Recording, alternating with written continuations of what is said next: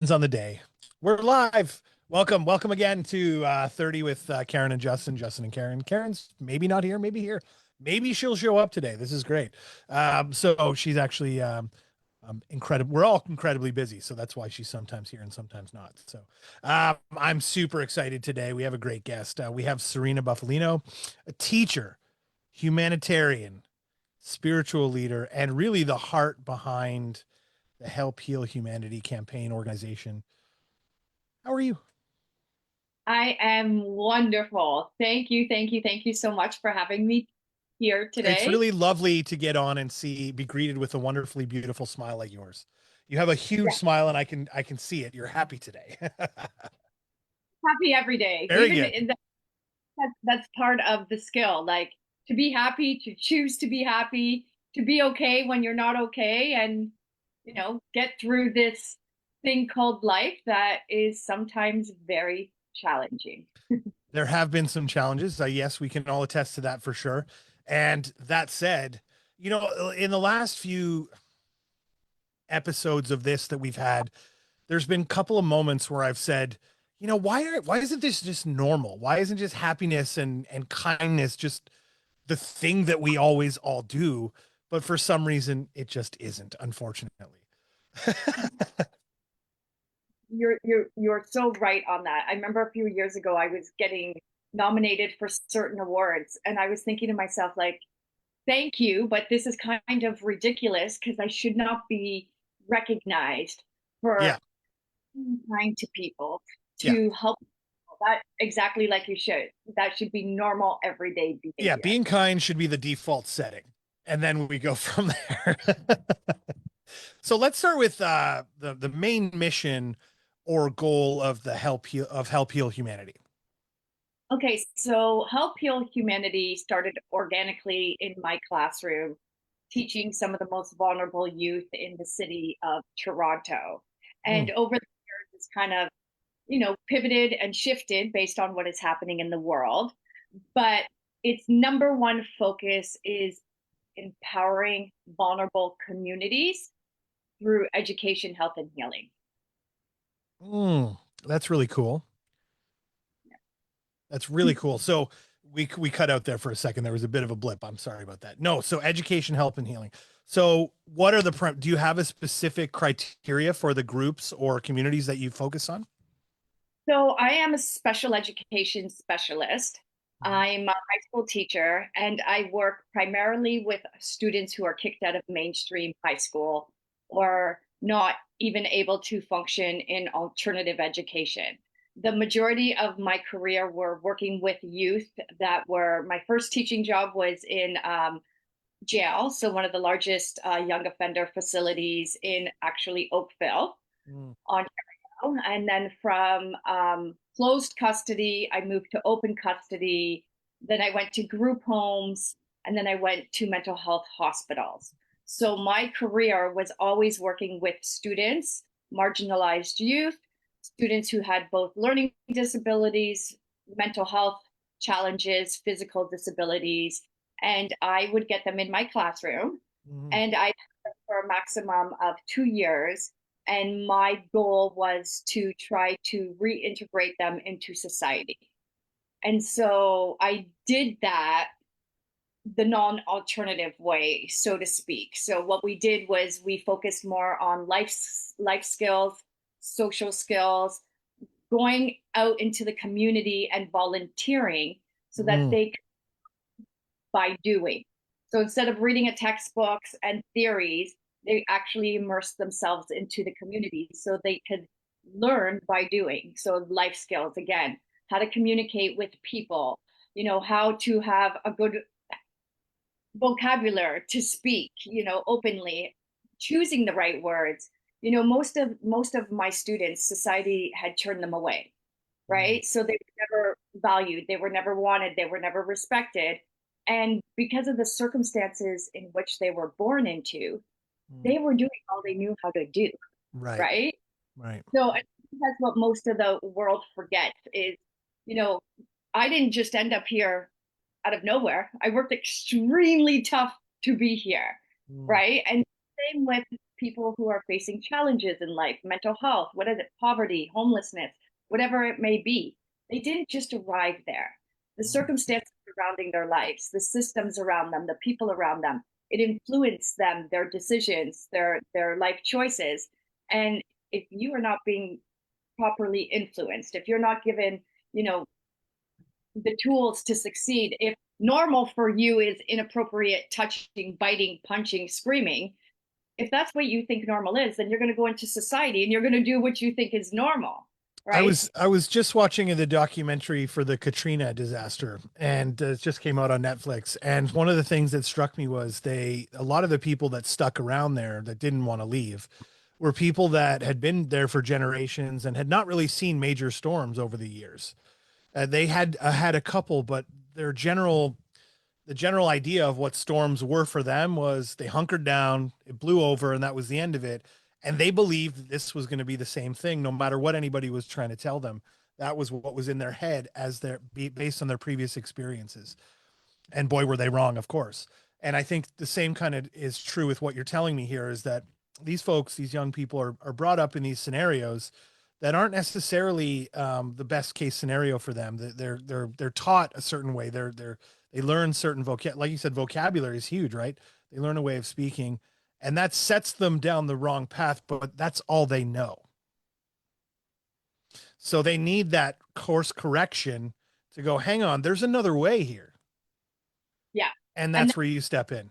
that's it. And it's vulnerability, it's acceptance. You know, like I'll be like if I'm teaching in jail or if I'm teaching, you know, in an environment in which, you know, the kids have been kicked out of school. Well, let's be real. Clearly, whatever you are doing in this moment is not really working out. Mm, mm, So you can point the fingers, you can blame whomever you want to blame, but the reality is it's happening in your life. And my job, like I love my job. I am so dedicated and so loyal to my job. I'm like, and my job is over the next year, 2 years, is to show you a different way, to teach you, you know, and it's funny because, you know, again, it starts with, you know, always mental health. What are you thinking? What are you saying? What are the narratives in your mind? And, you know, when I start to teach them these skills, like how to think differently, how to speak differently, how to act differently. The kids, I call them the kids, they look at me as if I'm stupid. Like, Miss B, nobody talks like that. Or Miss B, nobody acts like that. Or like, and I'm like, well, actually, the majority of people do. And once this becomes normal behavior for you, and I promise you, if we continue to work on this daily, mm, and that's what it is. It's setting up daily routines, mm. structure, you know, putting them in the environment, letting them experience it. And then after, you know, repeating the pattern many times, you know, it becomes second nature. So it's a beautiful story. It's a beautiful feel good story about how some of the most vulnerable youth in the city of Toronto stepped up and and me trying to teach them how to heal themselves. We not only healed ourselves, but we healed the city of Toronto and then went beyond to Haiti. Well, So and our future is the children, right? So the young people growing up, I mean, we need to give them all the best opportunities we can. Interestingly enough, I've heard recently there's been a rash around Burlington anyway of robberies and jewelry stores and things like that. And a lot of times what they're doing is they're using young folks. How much of an issue is the influence of adults on these young people to do these things? Because the reason why I'm hearing they're using young folks to do this stuff is because the young folks will go to prison or what is considered jail for young youth offenders and be out in no time at all and back on the street doing the same thing. And so they just keep pumping these people out there, these kids out there to do these crimes like they're little gangs. And this is a new thing that started to, I mean, I don't know how new it is, but it is in Burlington anyway. It's a pretty new thing that I'm hearing now. Is adult influence a major issue for this situation? 100%, a hundred Yeah. percent. Yeah. And again, starts at home. Like I said, the majority of the youth, and I'm just speaking about the vulnerable youth, the Yeah. marginalized youth that I am speaking about, Yeah. right? When, again, you're born into an environment. You're usually not born in, you know, middle class, upper Hmm. class neighborhoods. You tend to be around people who are suffering from the same systematic issues as you Mm, are. mhm, And then, we'll get into Haiti because no matter what we think we have bad here, that's a next level out there. mm, And at least I say in Canada, we do have services, we do have resources for you to, at some point, be able to comprehend that, wait, I there's services, there's people, there's help. And then mm, hopefully go to seek that help. But yes, definitely. I mean, if you right here in Hamilton, Ontario, where I teach, the school that I'm currently teaching at, the neighborhoods. It's in a rough part of the city. People barely have enough money to pay rent. mm, So food becomes, a necessity. And I am not lying to you. When I first started Help Heal Humanity, our main mission was education. mm, I'm struggling because it's really hard to get donations. And now we have to focus on nutrition because kids, and I'm not just talking about in Haiti, I'm talking about right here in Hamilton and in Burlington, maybe not Burlington, Toronto, but I'm talking people have just enough money maybe to live, but then you have no money for food. So mm, what are you going to do? You need food. And somebody says, go beat up that boy for his running shoes and I'll give you $50. Your mm, mom your mom has no money, your little baby sister and brother has no money. All of a sudden, you become an adult at 10 years old, and the only thing you know how to do is to go and maybe, rob somebody or mm. take something from somebody or, do again, commit a crime that you don't really want to commit, but you feel like you have no other way. Mm. You have no hope. When you have no resources, what else are you going to do? This is the real life like movie scenario that we see all the time where the teacher goes into the thing and there's like the kids are all kind of bad kids and nobody gives them the time of day and this is the last ditch effort for those teachers. It's just a very inspiring story. I guess I have before we kind of move on to sort of the next section of this, I have a question. Why? What puts you what makes Serena, what switch is flipped in Serena's brain that's like, this is what I'm gonna do? Like what was the moment? There must have been like an aha moment where I was like, where you were like, this is my calling. There were a few, but I mean, first and foremost, I feel like if I wasn't raised on unconditional love, I wouldn't be where I am today. However, I didn't really excel in school. I struggled with reading and writing, Mm, and because academically, I didn't fully understand what my teacher was asking me to do when I was in mm, primary school. mm, I would act out. I would act out, mm, and I would be like, I, shut up, you're stupid. I don't know. I would just do something inappropriate, usually to get myself kicked out of class. mm, I knew from my own personal experience, right, that when kids are acting out, when they're misbehaving, when they're screaming, yelling, punching, biting, throwing, mm, that behavior is masking a problem. mm, I knew that if I was going to become a teacher, which is what my mom wanted me to do, that I was going to become a teacher that I always wish I had. mm. Instead of a teacher whom I wish we had more than a half an hour, whom instead of out of class actually took the time to understand why I was doing what I was doing or why I was misbehaving. So, Mhm, from my own personal journey of not really enjoying academics or education to overcoming every single fear and insecurity I had, to then saying, okay, if I can do this, I can teach somebody else how to do this. mm, A little bit of my own personal story, and it was giving back to youth. But then, like I said, it snowballed into something much greater than myself, much greater mhm. than my classroom, and it is continuously, growing and advancing, and it blows my mind, Justin. I'm going to cry. I was that student that was kicked out of class, that was told I was never going to amount to anything. And obviously, I did, do what I had to do to get to where I am today. But the fact that I'm here advocating for education, for human rights, for people to just be kind, it's it brings me to tears because again, that's being disciplined, being resilient, overcoming your fears, and taking steps every day to be a better person. And so, if I can do it, if the students in my classroom can do it, you. I don't know what your excuse is, but let's go. Like, come on, because I'm gonna put you in your place a little bit because Justin, through experience, I 100% believe that whatever we set our mind to, Mm, whatever it is, and you just take a little bit of steps every day to mm, do that. And even if that step is a complete failure, it's still teaching you something to do and it's a new way of doing it. mm. So, whatever you set your mind to, I truthfully believe you can do. And I think that that's what my mission in life is to teach people how to think good thoughts, how to have positive, goals, how to take steps every day to achieve them. And then, like I said, in not only healing yourself and your families and your communities, we're literally healing humanity. And I do believe it kind of begins with, being of service as well. I think some of the greatest gifts that have come to this planet are people like you, quite frankly, because we don't have enough of them. I think the world is increasingly selfish and self-centered, and we think about ourselves a lot.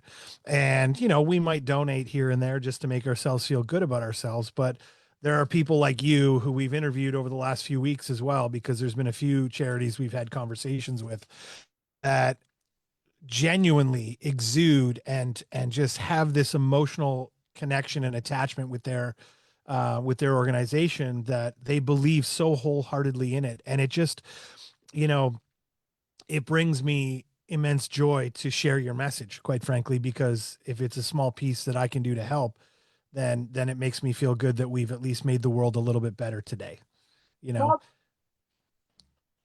we need to raise a little bit more funds to open up our school in Haiti. Well, that was going to be my next question. So you did mention Haiti. Why don't we dive into that a little bit? What's going on down there?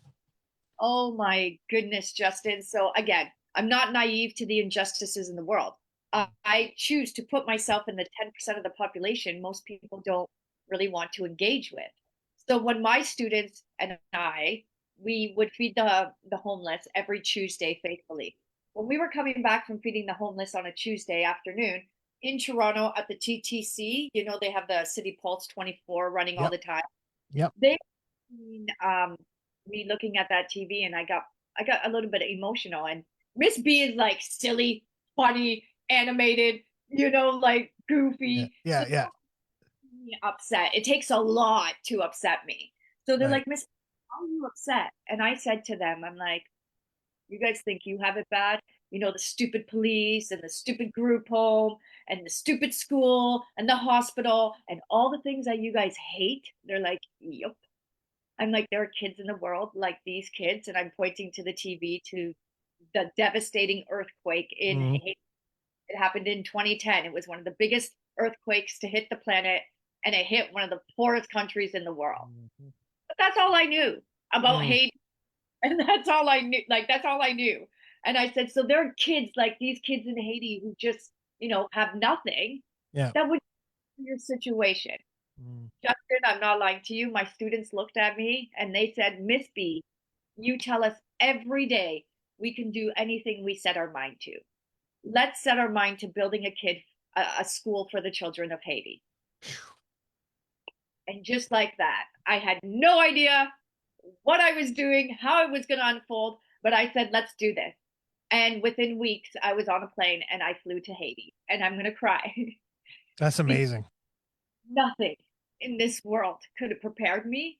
And it's been 15 years later, and nothing still can make sense in my head that a place like that exists in the world today. Mm. And Mm. it blows my mind. And I remember going to Haiti, and again, I was just like, "What is going on?" It's almost like you don't even know. I just like kind of rolled up my sleeves and was like, "Okay, what are we doing?" Mm. And it took a lot for my students and I to fundraise. We don't have parents we can send letters home to and say help us. Mm. So we had to get really smart and go to the community and ask for help. But when I arrived in Haiti, you're talking 8, 10 million people at that time back then, literally living, no running water, no electricity, no food, no infrastructure. There's no roads, like Mm, there's no hospitals, there's no schools. It is the most bizarre thing I've ever seen and experienced in my life. And again, like I could not see what I saw and be okay with that. And mm, so, of course, what my students and I had in mind, which was to build a little school to help a handful of kids, just like us in Toronto. It turned into a big school, 3 levels, hundreds of kids, communities. Instead of 20,000, it was, 350,000. I'm like, who is going to do this? But again, I just it's like I don't know how else to describe it. It's kind of like I just stepped outside myself and allowed myself to be used for the greater good of others, and in particular for that and many communities in Haiti. And it's 15 years later, mm, Justin, and I wish I could say that it's getting better, but it's getting worse and worse and worse and worse. And I mm, will say in Port-au-Prince, Haiti, Help Heal Humanity is one of the very, very few organizations that still has our schools open, mm, operating, and running. And when I say that and people listen, and then we just like get on to the next thing, that is insane. Like people are messaging me on a daily. How are your doors open? How are you even operating? How are you doing this? And it's mm. 15 years of service, 15 years of showing up to that country, to those communities, never giving up, putting my life, our team's life on the line so that we can help the people that we are helping. It's not enough, but it's the best that I think we can do for now. So I have two questions then if it's not enough for you. So because I understand it's never enough for any of these charities out there, and we're always out there looking for more, and that's great. What is it we need? Like, so obviously money is one thing. I will put links below. I'm sure there's links in your website and things to be able to donate and stuff like that. Yes. .org. Help Say that again because you cut out a little bit and want to make sure it gets out there. help heal humanity.org. Perfect. So we're going to put that below. But also, is there room for physical Yeah, volunteer work? 100%. Donations obviously are the only thing that is stopping us from being able to give more, to help more. But it's not just in Haiti. To all you local Burlington Hamiltonians in Ontario, Arians. Yeah. right? I am right here in Hamilton. Most of our team is in, Hamilton, Toronto. We have local programming. So yes, we are in Haiti, but we're also here in Ontario. So we do after school programs for vulnerable youth. We help our unhoused friends during the holidays. We in particular help women in shelters and kids in shelters. So if it's not a physical monetary donation that you can give, then maybe you can give your time, your energy. Maybe you can join our team depending on what your skills are, because we are always looking to grow our team. So if you want to be a part of our actual team, you can volunteer to be a team member. You can volunteer to be on the grounds in Hamilton and Toronto, especially during the holiday season, going out into communities and giving love. And or you can just help spread the word. You can join us for third party fundraising. Justin, I could talk forever and I can give people all the reasons why they should go to Help Heal Humanity. There are no paid employees, including myself. And I'm going to say that. So, like, your dollars are going directly to the projects that you want to donate to. And you know how hard it is to run an organization just in general, let alone volunteer based, no paid employees. So, I mean, the people that are showing up are people who have a big heart, who have lots of skills, and want to give back. So, if you want to give back, and I'm telling you, in giving back, a lot comes back to you. If you want to give back, go to helphealhumanity.org, send me a message, join our newsletter, follow us on social media, and I promise you, there is something there for you and for us to do together. What are the next steps for you? What does the next few years look like? Any big things happening? Any Most events happening? What are you doing? Tell me. definitely, you guys are fine. So health and wellness are one of the ways that we raise a lot of money. So in Burlington, we have Elite Performance Center. It's a big gym in Burlington. They're going to do an event for us. We have Power Yoga doing some yoga events for us. Um, we have some dinner events coming up, and then again, some school programs coming up. So the next 3 to 5 years, again, are expanding our programs locally here in Ontario. And then in Haiti, we would love be to continue running our programs. We have our elementary school, high school, we have 3 computer technology labs. So not only would we love to be able to continue running them, Mm, but again, it's very easy for us to expand them if we mm, had the funds to do it. So, mm, HHH is not going anywhere.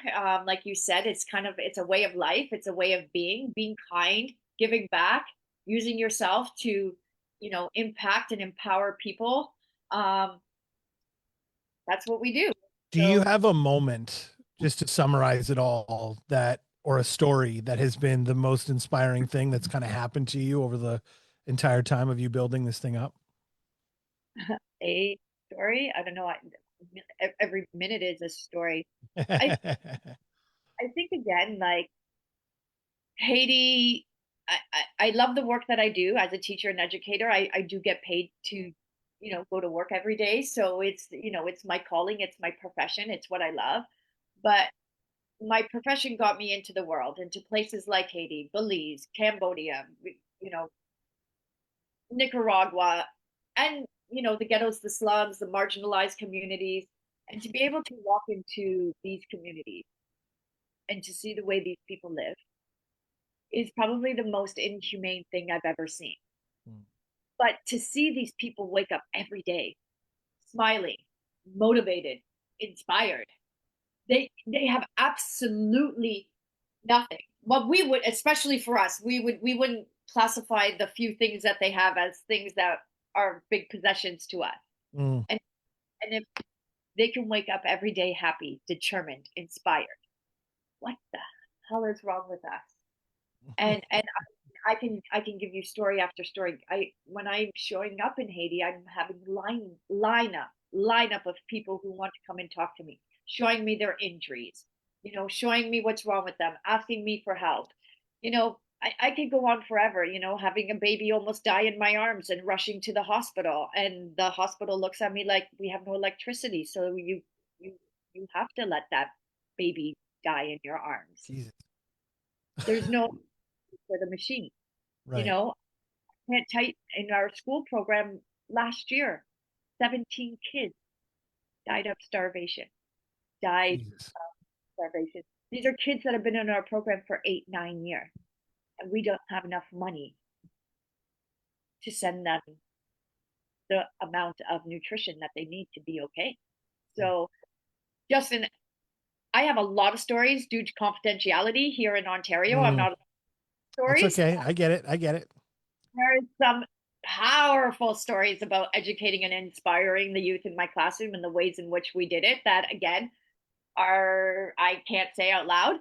But then on the other end, my classroom bringing me into the world, if any, and being able to bring. I do volunteer groups to Haiti. I do volunteer groups, obviously locally, um, just to be able to bring people into the environments that I choose to surround myself in every day, and to see how one day, 1 hour, sometimes 2 minutes on the fields in the communities will transform your life.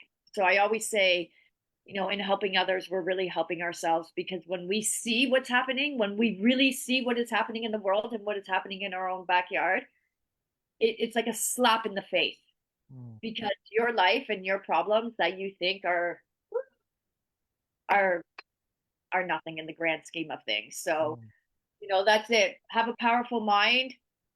Your mind determines everything that you do. And so, if you don't know where to begin with having a powerful mind, a positive mind, again, reach out to me. Help Heal Yeah. Humanity. Send me a message. because I think, I will be evolving out of the classroom and into the world. And again, health and wellness, how, how, how to live a good, healthy life. That's amazing. No, so I will say we're kind of pushing up against the time. We could talk for another hour, but um, I will say this, again, we've had a lot of people on in the last few weeks that have done similar things in different avenues and different things based on their passions.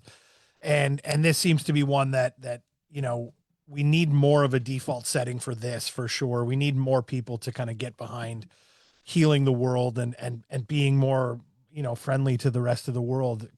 You're right. I mean, the fact that you're almost out of gas and whatever on the way to the store, those problems don't matter, like they really don't. There's people that don't have the food to eat, the education to live, the things to allow them to flourish as human beings. And so on that note, and I'm sure you are not here for this, you are not doing this for what I'm about to say, but and I'm sure the people that you help are incredibly grateful and show their thanks in their own way. But from a member of humanity, society, I thank you genuinely for being you, because you are helping create a path and a light forward, and not only just for yourself and those people you're helping, but also like to be able to incorporate our children into that messaging and allow them to inspire you that way is on another level. Like I can't even explain to you what that means to the world, quite frankly, because you're now inspiring a whole other group of kids to do what you're doing, or sort of teaching them that new default setting for them, right? Which is what we're kind of, this is the circle back to the original comment of, you're helping create a new default setting for the planet. And that is commendable and deserves respect and deserves a thank you. So even though you don't care and you don't want it and it doesn't matter to you, you're going to do it anyway. We thank you. So, cause you're just so incredibly inspiring and we appreciate you. So Thank you. thank you. You're going to sponsor one of the students that needs sponsoring, Justin, and maybe some of the listeners. I'm going to challenge the listeners. Please, please, please, please, please sponsor a student. I promise you, you will not regret it. Well, we will take it offline and figure all that out. And yeah, like let's do something. Let's figure it out and let's get some help going. So thank you. Appreciate you. And we will talk to you soon. Thanks everybody for listening. Okay. Hang on. Just click.